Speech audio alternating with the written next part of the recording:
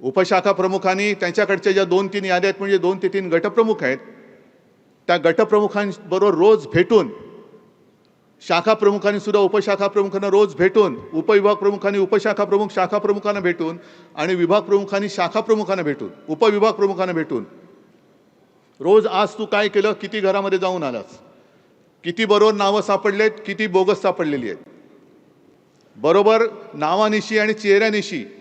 जसं आता आदित्यने दाखवलं की काही चेहरे आपण ब्लर केलेत, पण चेहऱ्यानिशी मतदार आहेत की नाही. आणि निवडणुकीच्या दिवशी, मतदानाच्या दिवशी आपले पोलिंग एजंट असे असले पाहिजेत की त्याला ती मतदार यादी फोटोनिशी त्याच्या हातात पाहिजे, जे असते. पण नुसता फोटो बघून नाही, तर चेहऱ्यानिशी तो मतदाराला ओळखणाराच माणूस तिकडे पोलिंग एजंट असला पाहिजे.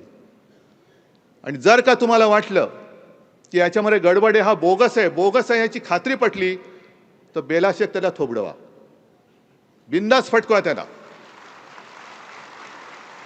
कारण जर का आपण सांगून निवडणूक आयोग दाद देणार नसेल, आयुक्त दाद घेणार नसतील, तर मग लोकशाहीमध्ये आपला अधिकार आहे की बोगस मतदाराला मतदान आम्ही करू देणार नाही. नाही म्हणजे नाही, काय वाटेल ते हो.